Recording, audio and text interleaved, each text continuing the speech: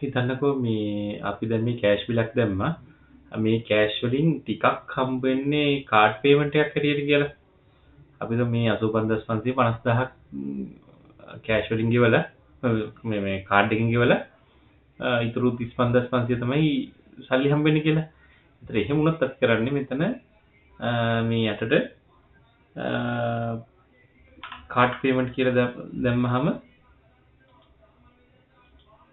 Card payment එකෙන් දාපු ගාණ දැම්මනම් 50000 කියලා. ඒක රින වෙලා 35500 වෙනවා. මේක සේව් වෙන්න කරන්න තියෙන්නේ. අපි ඕනනම් මේක ඇවිල්ලා බැලුවාම 35500 මේක බිලටත් මේක print වෙනවා. බිලටත් ඒකේ මේ විදිහට එයි. ලාච්චුවට රැටෙන්න මේ මෙතන තියෙන දැන් මේ 35500 තමයි ලාච්චුවට රැටෙන්නේ. cash and shop drawer එකට. අපිට බලත හැකි මෙතනින් ගිහිල්ලා cash and shop drawer එකේ සල්ලි කොච්චර එනවද කියලා. මේ 35500 තමයි අර බිල. ටික තමයි වැටලා තියෙන්නේ.